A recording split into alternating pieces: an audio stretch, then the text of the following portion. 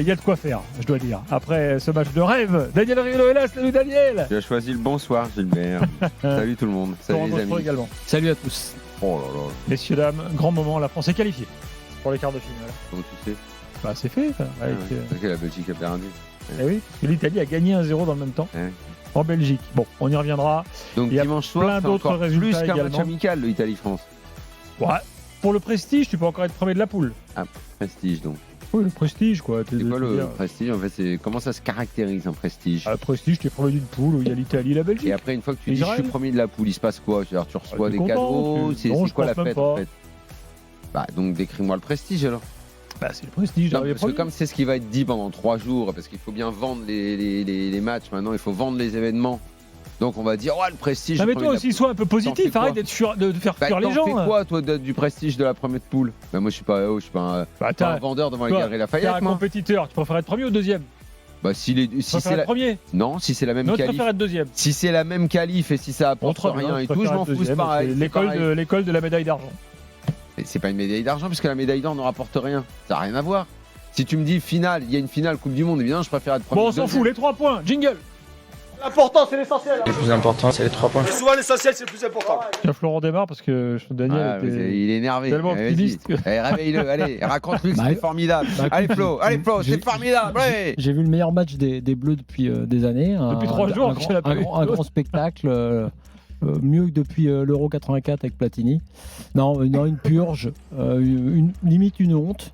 22 tirs des Bleus, pas grand-chose en première période, un tout petit peu plus en deuxième, beaucoup de fantômes.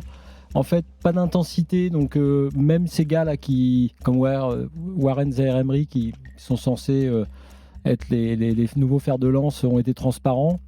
Mon deuxième point, ce sera tellement il n'y a rien à dire sur les Bleus, sur le gardien israélien, puisqu'il joue au Bayern Munich sans jouer, et que j'ai découvert Jean-François Pérez, Voilà, Pérez. Jean-François Pérez, et que j'ai bien aimé Jean-François Pérez ce soir, c'est un hommage à Jeff, non, Dan Pérez. Et mon troisième point, c'est l'Italie, parce que dans cette Ligue des Nations, au passage, ceux qui nous qualifient là, c'est l'Italie. Et bon, j'étais pas très étonné parce que la Belgique est un peu faible. Et au final, c'est cette équipe-là qui, dans ce groupe-là, m'aura le plus séduit et certainement pas l'équipe de France. Daniel. Alors le point 1, la France n'a pas battu Israël. Le point 2, la France a fait match nul contre Israël. Le point 3, la France est absolument minable. C'est vraiment une prestation catastrophique et qui est même à la limite du supportable en fait. On se demande comment, parce que c'est bien beau, je sors des points 3, j'entame direct. C'est bien beau Gilbert de dire oui, tu peux pas, t'es optimiste ou pessimiste, ces fameuses données que j'ai jamais réellement compris. Nous on n'est pas là pour ça, on est là pour décrire ce qui se passe. Mais en fait on n'est pas responsable du marasme nous. Nous on est là pour le regarder, on est là pour le commenter. Le marasme il est que cette équipe de France elle ressemble plus à rien. C'est l'équipe de France qui fait fuir les gens. Et les audiences elles sont pas en baisse à cause de nous, Ce soir, des Bleus. Là, on va avoir un petit record à la baisse. Là. Et c'est pas à cause de Je nous. pense, on s'en Nous, rend on demain. est là, les gens qui nous écoutent et qui, peut-être même ce soir, vont même pas nous écouter tellement ils vont se dire oh, attends, je vais zapper, je vais faire autre chose. Parce que pour que tout l'écosystème du foot il marche, il faut d'abord que ce qui se passe sur le terrain ce soit intéressant. Là, moi, honnêtement, si je suis spectateur, supporter des Bleus, j'ai assisté à cette purge. Mais je dis, mais attends, là, je vais zapper, je vais penser à toute autre chose que le foot. Limite, je sais même pas si tu veux un débrief, tu veux faire quoi. Moi, je serais pour qu'on tire le rideau et on passe à autre chose. On parle du match de l'Italie-Belgique. Je te parle de, j'en sais rien, moi, de la Ligue ou d'histoire en tout genre. Je raconte des vieux souvenirs de foot. Mais là, c'est les gens qui regardent, qui sont devant la télé.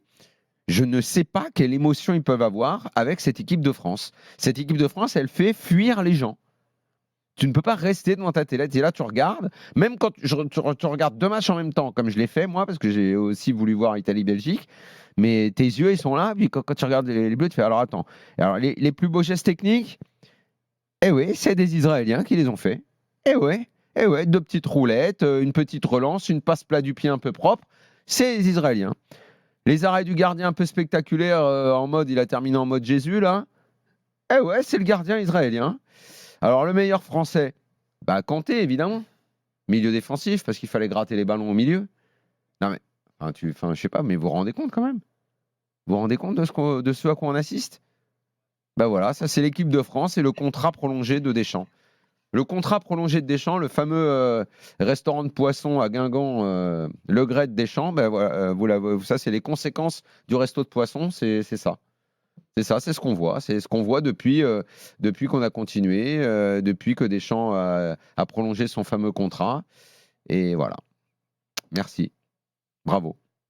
Claude, t'es Génial. d'accord avant qu'on accueille Nicolas Non, au 32-16? cher. Non, mais je suis d'accord, mais surtout, ce qui est un peu terrible, c'est que dans ce genre de match, et c'est presque encore pire pour Deschamps, quand l'équipe en face n'est pas une équipe qui joue comme la Belgique ou l'Italie. Parce qu'en fait, c'est un cache-misère quelque part pour lui. Ouais. Parce que les transitions que tu as pu voir dans ces matchs-là, qui sont un peu le fait finalement de la qualité technique et de la vitesse de certains joueurs en France, là, tu les as plus. Et là, tu as en revanche l'exemple type de l'incompétence, pour le coup, de Deschamps sur des blocs moyens ou blocs bas.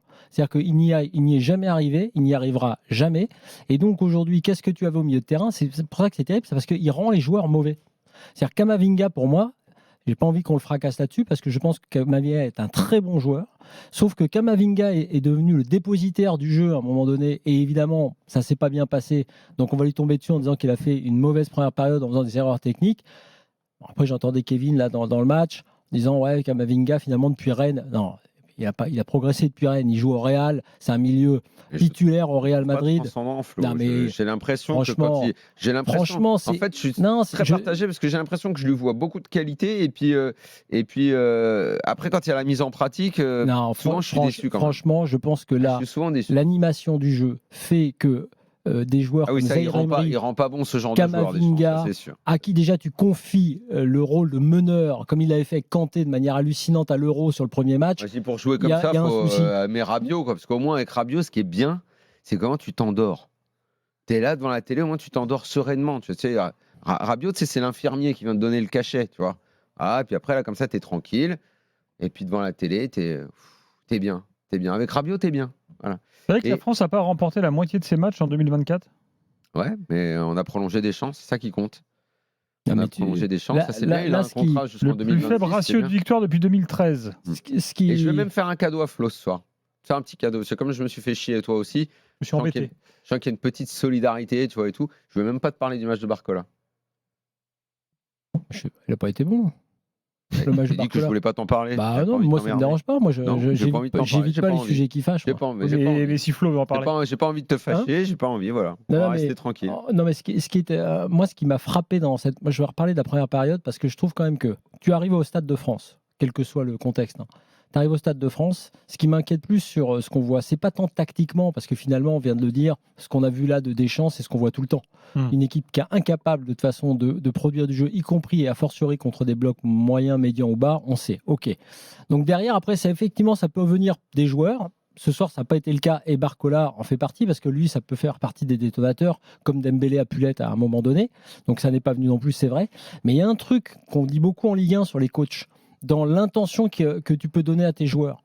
On l'a dit avec De Zerbi sur les Marseillais contre le PSG. Là aussi, le message de Deschamps ne doit plus vraiment passer parce que quand tu arrives dans un match international, quel qu'il soit, que tu es un jeune joueur, donc que tu dois montrer des trucs, là, tu n'as pas des sénateurs qui se disent « je ne veux pas me blesser ». Non, les Zaïre Emery, les Barcola, Maignan et compagnie, ils doivent se montrer, ils doivent être au niveau. Et ben, quand tu n'as pas cette intensité, ça veut dire que quel est le discours du coach avant le match ? Quelle est l'intensité, quelle est l'intention qu'il arrive à donner à son équipe ? Donc, ce qu'il y a de pire par rapport à une époque, c'est que Deschamps, ça, il arrivait à le faire. Il arrivait quand même à mettre des mecs, à motiver. Deschamps, il arrivait à faire un bloc compact avec Mbappé mais aussi dans l'intensité.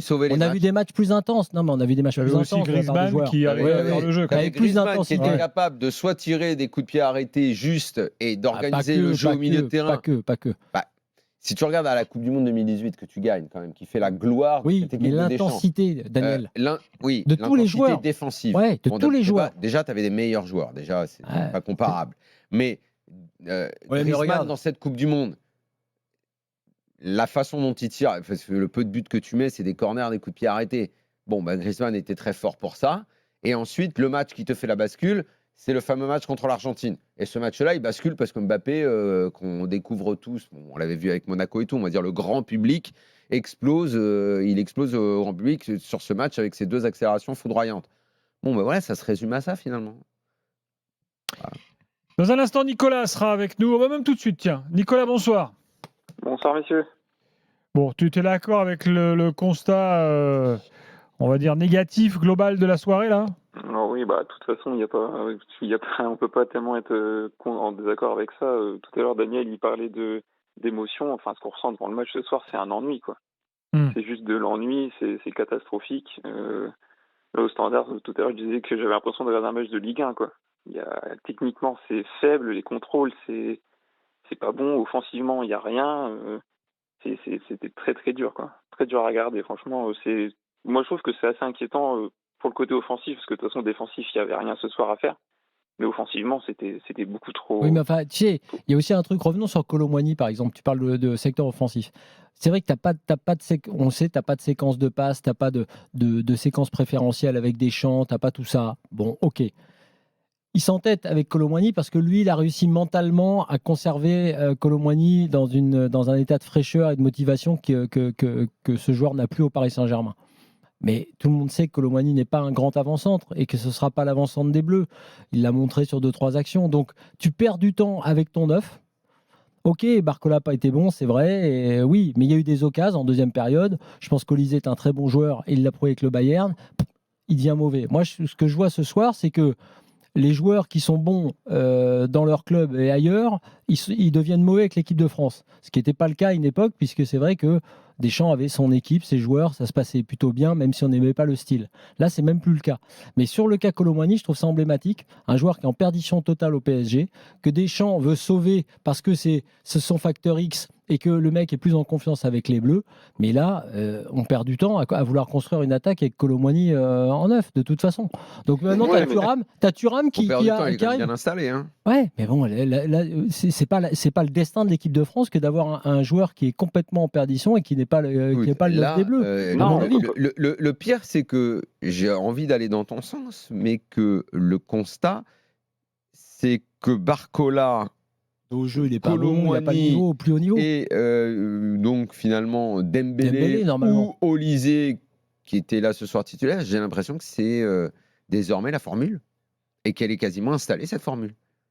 Tant que Mbappé ne redevient pas, et je pense qu'on n'en a pas fini avec les histoires entre Deschamps et Mbappé, bah ce trio offensif, j'ai l'impression que c'est le trio titulaire, Flo. Oui, non, mais ce que je veux te dire, c'est que c'est ça qui est terrible. oui, sauf que quand je vois Attends, j'aimerais Barcola, que Nicolas puisse finir, parce que Ouais. Flo, tu l'as coupé Non, sur l'attaque. Nicolas, vas-y. Non, bah après, je suis d'accord, on peut pas tomber sur Kolo Muani en ce moment, parce que le pauvre, il fait ce qu'il peut. On sait, voilà, on connaît son niveau en Ligue 1, on le voit tous les week-ends.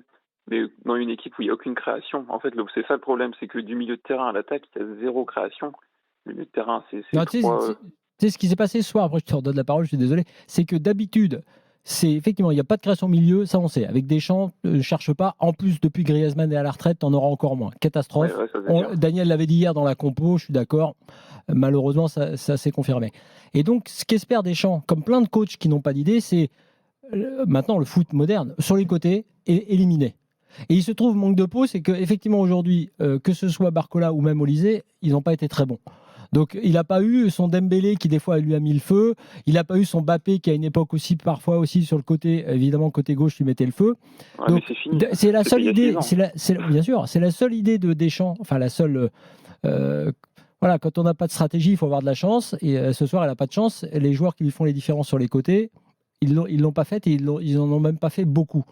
Mais de fait, c'est pas du milieu de terrain que va venir la création en équipe de France à partir du moment où tu as mis Griezmann à la retraite. Hein. Non, bah non, c'est sûr, mais du coup, ça montre qu'on est trop pauvre. Le fameux vivier français dont on parle tout le temps, au final, c'est un vivier défensif, c'est pas un vivier qui construit. On n'a aucun joueur qui construit, même dans les jeunes. Enfin, c'est beaucoup trop faible tout ce qui arrive. Il faut que ça se développe. Même Non, mais il y a Zaïre aussi Emery. les choix de Deschamps, hein, Nicolas. Il y a plein de joueurs. Bon, alors certains vont penser que Lacazette est cramé, mais est-ce que finalement il ferait tâche? Non, Pas mais Terrier, Terrier, Non, par non, exemple, mais, non, mais non, je mais sais tu pas. peux pas dire ça. Terrier, c'est pareil. Il joue pas à Leverkusen, il s'est pas imposé. C'était à une époque il y a 2 ans, mais Ah, là, il y a on en plein de parle mecs qui plus ne sont pas maintenant. imposés, qui jouent. La casette, c'est fini. Là, Non, mais- Kolo Muani s'est imposé. Non, où mais les gars que tu cites, tu pourrais même pas imaginer qu'ils soient en équipe de France, en fait. C'est la pauvreté du réservoir, le problème. Ah, ouais, moi, je pense aussi, mais même en attaque. Parce que Dembélé, il est bon. Enfin, c'est par fulgurance. Olysée, il a fait un très bon début de saison avec le Bayern. Là, c'est depuis les derniers matchs, c'est redescendu.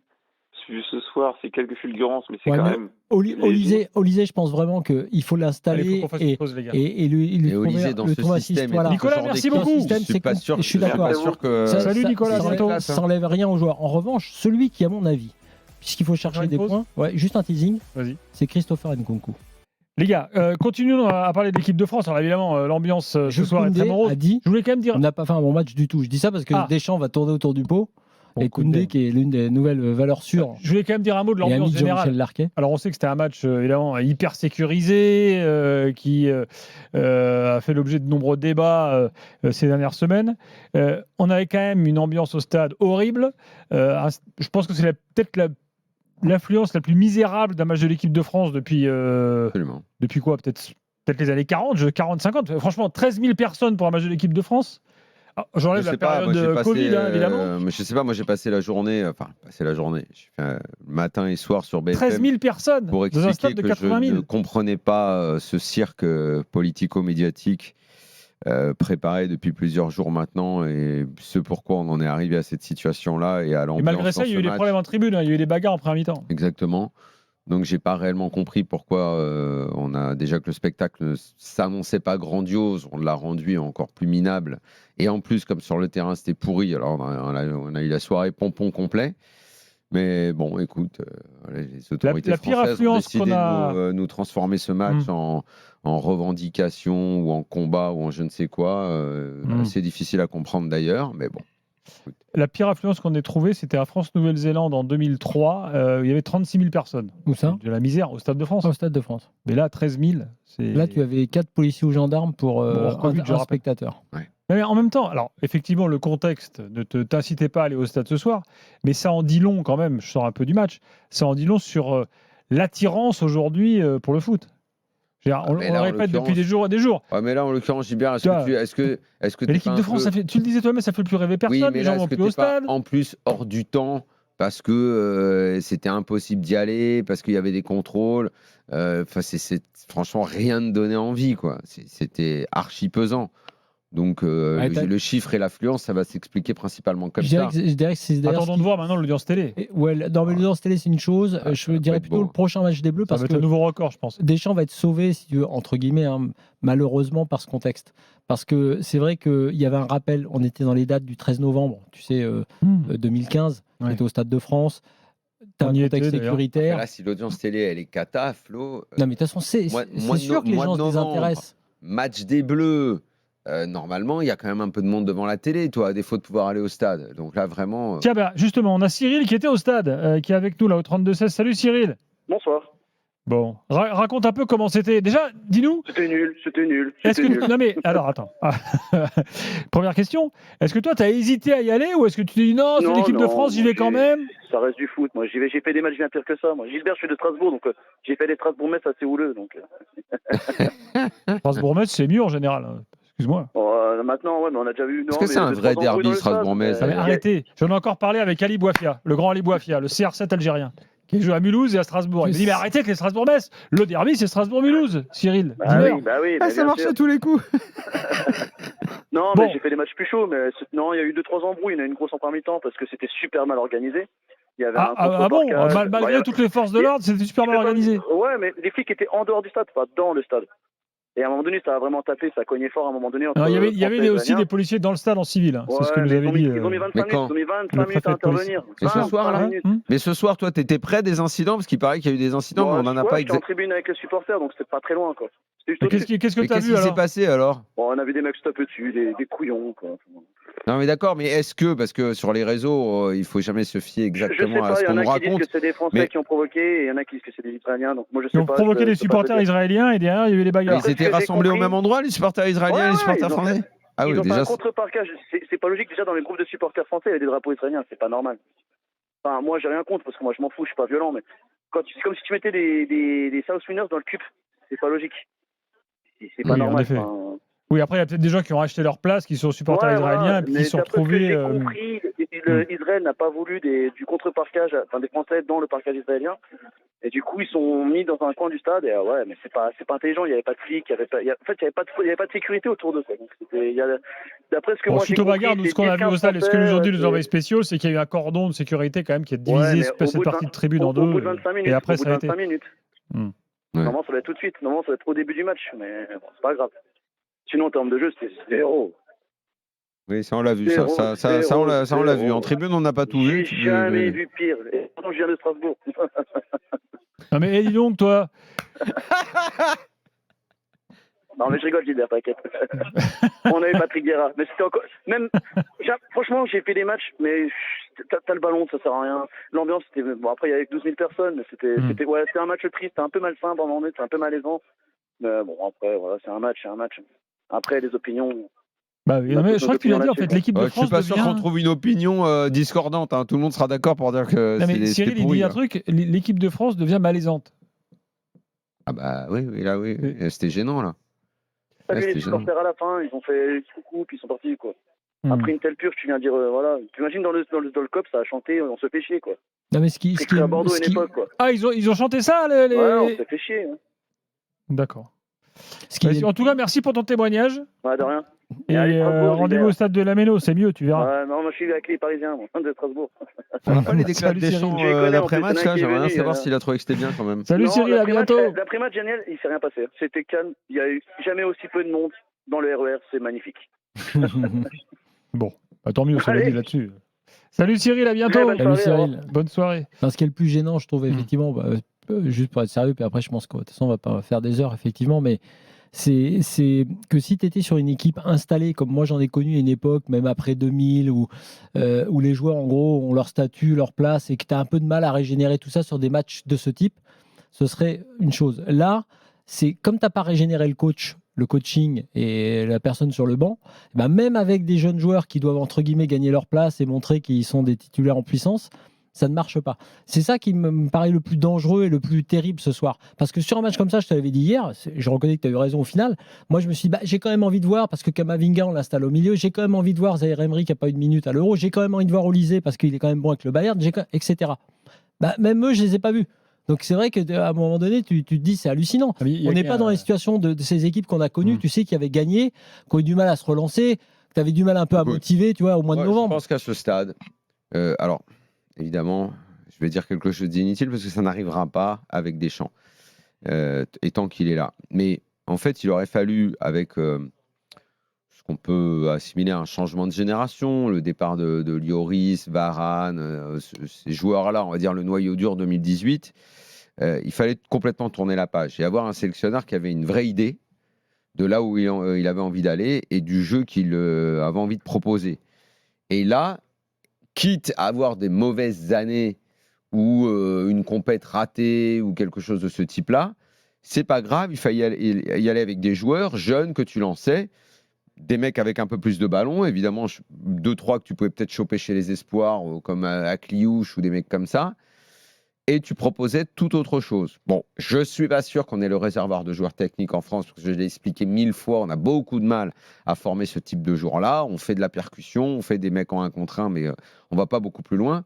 Mais quand je vois, et ça va être notre transition si on change de match, les Italiens ont complètement raté l'Euro, c'était lamentable, ça a été raz-de-marée de critiques à la sortie après leur élimination. Quand tu vois, c'est quasi les mêmes joueurs, hein. Le sélectionneur aurait pu se faire virer, il a un petit peu remodelé l'équipe, il a pour le coup fait passer réellement ses idées et tout réexpliqué aux mecs. Tu as l'impression que c'est plus du tout la même équipe qui a joué l'Euro, mais plus du tout.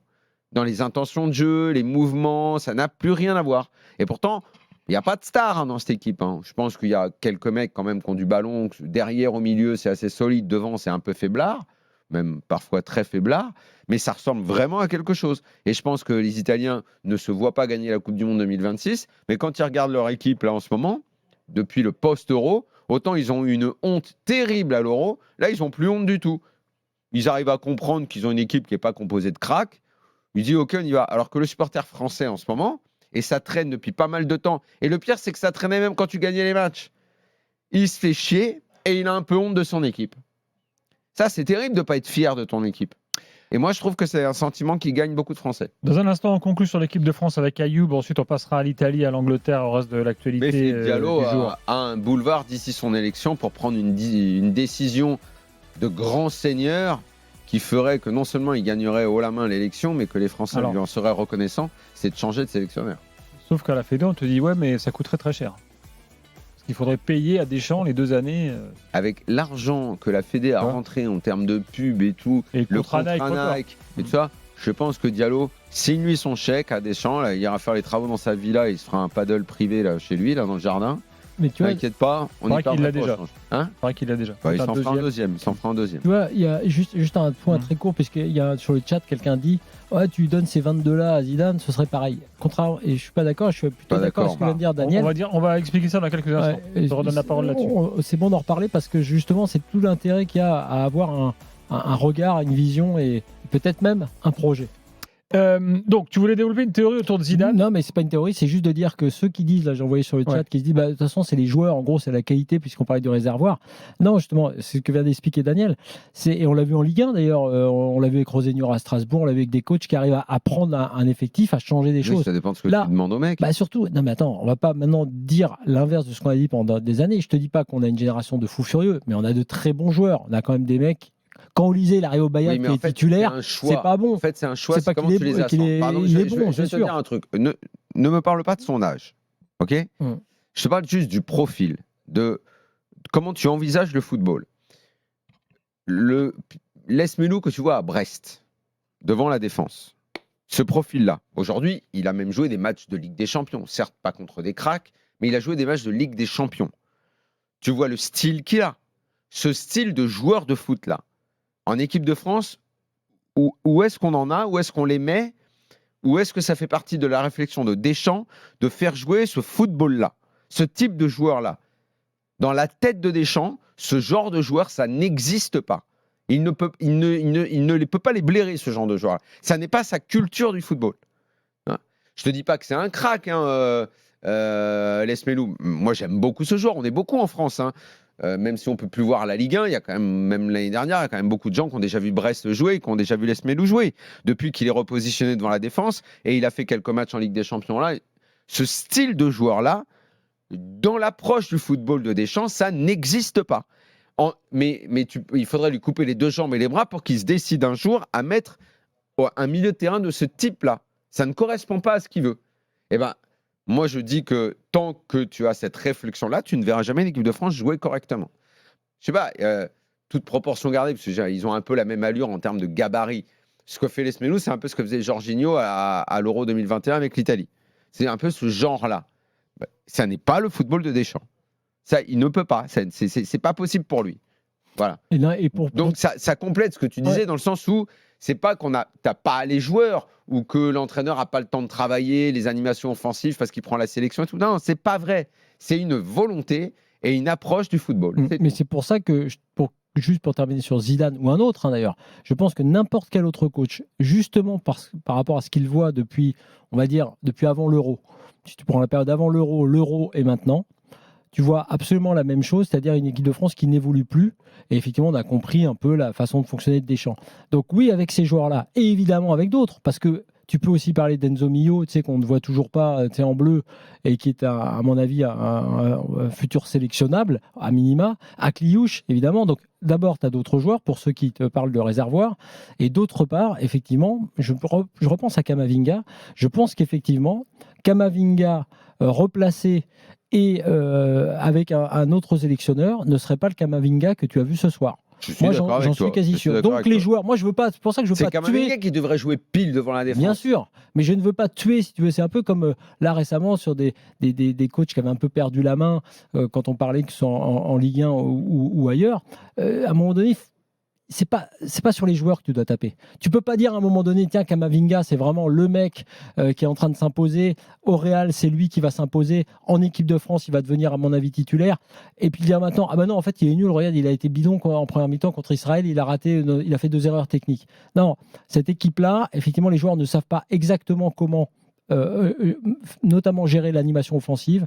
Ils n'ont pas d'idée parce qu'ils n'ont pas de système. Et donc, effectivement, ça rend ce que je disais tout à l'heure, les joueurs mauvais. Et donc, pour conclure sur ce que disait, je ne sais plus comment il s'appelle sur le chat, là, effectivement, non, avec Zidane ou avec d'autres. Moi, je dis souvent, il n'y a pas que Zidane, d'ailleurs. Je suis persuadé que d'autres feraient mieux avec cet effectif-là. Et notamment sur un match comme ça, où tu es supérieur, tu as, je crois, 22 tirs, tu es effectivement supérieur, ok, tu as un bon gardien en face, d'accord, mais il y a des solutions et il y a surtout l'envie de l'intensité à mettre dès le début. Et honnêtement, en première période, les Bleus là n'ont pas joué un match international. Je vous signale que Vinicius vient de rater un pélo, enfin arrêt du gardien vénézuélien. Vraiment, quand tu sors de France-Israël, c'est sympa le Brésil. Et vous savez qui est titulaire au Brésil? Gerson, l'ancien de Marseille, que Sampaoli veut faire ramener venir. à Il joue aujourd'hui à Flamengo et là il est ça sent bon, avec le Brésil. Quand même, un mot. Quand on voit ce match, en fait, on dit toujours que les absents ont toujours tort. Enfin là, tu penses fort à Griezmann et Mbappé quand même, non? Je t'avoue que j'ai même pas pensé, en fait. De toute façon, c'est toujours le même football. C'était juste. En fait, finalement, ça fait penser à l'équipe Domenech quand Zidane arrête là, où c'est devenu Domenech en fait. Deschamps, quand tu vois la dynamique un peu de l'équipe. Et quand il le rappelle en 2006. Bah ouais. Enfin, pour le coup, il le rappelle en 2004. Pour ensuite aller. Ouais. Mais donc ça veut dire quoi? Il faut rappeler qui alors? Bah je sais pas. Ça veut rien dire ce qu'on a dit là. Non mais revoir. revoir Griezmann en lui disant écoutez, je t'ai dégoûté de l'équipe de France. Non, alors, je suis désolé, mais je vais juste te donner envie de revenir. D'ailleurs, c'est intéressant que tu dis ça. Moi sur Griezmann, je suis moins. Mbappé va revenir. Non, Mbappé c'est différent. C'est intéressant de revenir sur Griezmann parce que là on pourrait dire Griezmann il manque. Oui, dans un match comme ça, je pense que Griezmann, évidemment, il aurait eu sa place et il pouvait jouer. Mais néanmoins, par rapport là à l'équipe de France, autant je regrette le traitement que Deschamps a réservé à Griezmann, mais Griezmann, il commençait clairement, si on parle d'avenir, il commençait clairement à aussi poser question sur son niveau en bleu. Donc c'est pas non plus la construction, si on parle d'avenir, là, si on parle de Zidane, d'un nouveau sélectionneur avec une nouvelle équipe, tu vas pas forcément la construire avec Griezmann non plus.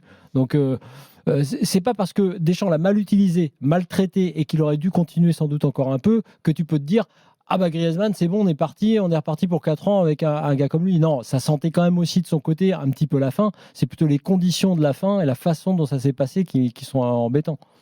Ayoub, pour conclure sur les Bleus est là. Salut Ayoub. Oui, salut l'After, ça va? Ça va et toi? Ça va, merci. Bon, je crois que tu voulais parler de Deschamps. Ouais, je vais faire répéter un peu Daniel, et je pense qu'il a dû... Enfin, vous en parlez quasiment à chaque match des Bleus. Moi, je commence à me poser la question de savoir comment on peut destituer Didier Deschamps, en fait. Puisqu'il a été... Il y a un type il s'appelle président de fédération, et c'est lui, quoi. Ou alors Deschamps démissionne. C'est une autre solution. Il n'y a que ces deux moyens. Il n'y a pas moyen de faire une pétition. Ah oui, non, une pétition, ça ne marchera pas. Non, ça va pas marcher, non. Tu veux faire une manif, non? T'as des potes ou pas? Ouais, j'en ai, ouais. Non, c'est Philippe Diallo qui l'élection le 10 décembre, c'est ça? C'est le 10 décembre l'élection? Si dans son programme, une fois qu'il est président... Enfin, en même temps, Philippe Diallo, il avait une opportunité fantastique d'apparaître un homme de pouvoir qui prend des décisions au moment de l'élection de la LFP. Il n'a rien fait. À chaque fois qu'on se tourne vers lui, c'est un fantôme. En fait, Philippe Diallo, c'est un fantôme. Il est là, il attend de se faire élire, faute de mieux, parce que comme il est en place, il va bénéficier du statut de l'homme en place. Et des gens qui vont pas vouloir changer parce qu'ils ont on l'a expliqué 100 fois, la gouvernance du sport. Deschamps, les mecs qui ont les petits avantages, ils vont pas vouloir changer, donc il sera encore président sans rien faire. On va voir ce qu'il nous dit, le sélectionneur. C'est en direct. Question de Jean-François Pérez, magnifique. Merci. Journaliste et gardien. Des circonstances atténuantes, on savait à quoi s'attendre, donc voilà, qu'on aurait pu faire plus, bien évidemment, même si face à un adversaire qui était très regroupé, qui a gagné beaucoup de temps, on a eu les occasions pour gagner ce match-là, mais bon, on n'a pas eu l'efficacité, même si notre première mi-temps, surtout le début de match, il était un peu trop tranquille, on mettait un peu trop de temps dans les transmissions, dans le jeu vers l'avant, ce qui favorise un adversaire qui est bien regroupé. Voilà, je ne vais pas me satisfaire de ce qu'on a fait avec le résultat. On aurait dû malgré tout le gagner avec le nombre d'occasions qu'on a eu, mais on est bien sûr capable de faire mieux que ce qu'on a fait. Il y a eu beaucoup plus d'énergie sur la deuxième mi-temps, mais sans pour autant ouvrir le score. Voilà, Ayoub, ton sélectionneur. Oui, en fait, pourquoi je vous dis ça? Parce que, oui, au-delà du fait qu'il manque des créatifs et une attaque qui n'est pas hyper efficace, moi, je regarde les équipes qui gagnent en Ligue des Champions et il y a souvent ce regard entre les joueurs et l'entraîneur. Là, quand je vois par exemple Théo Hernandez qui se donnait à fond il y a quelques années en équipe de France et qui avait toujours ce regard vers le banc, une complicité avec l'entraîneur, là aujourd'hui je me dis dans l'équipe de France qui a envie de se sacrifier pour Deschamps, quoi. Et j'ai l'impression que... Il est vrai que nos suiveurs moi je me rappelle de Fabrice Hawkins qui nous racontait que Mbappé il y a quelque temps, rappelez-vous, c'était plein de la qualité des entraînements. Vous vous souvenez, c'est quand même pas anodin, ça. Hein et après, il vient plus. Enfin, bon, il y a plein de choses, quand même, de petits éléments comme ça. Ayoub, tu as raison. Ça, plus ça, plus ça, plus ça. On peut se poser la question de savoir si aujourd'hui, les gars valident encore leur sélectionneur, en fait. Mais d'ailleurs, sur les derniers matchs, les premiers matchs de Ligue des Nations, on a appris qu'il y avait des prises de parole, que ce soit de Maignan ou d'ailleurs de Mbappé. On a parlé on va dire de la perte de pouvoir de Deschamps sur son vestiaire. Je pense que c'est une réalité aujourd'hui.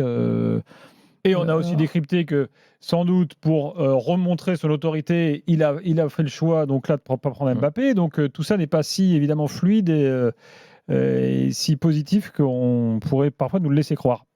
Ayoub, on va conclure sur l'équipe de France. Je te remercie. Merci à vous. Et à bientôt. Et puis bonne nuit, pour la pétition, je crois que c'est foutu. Salut Ayoub. Salut.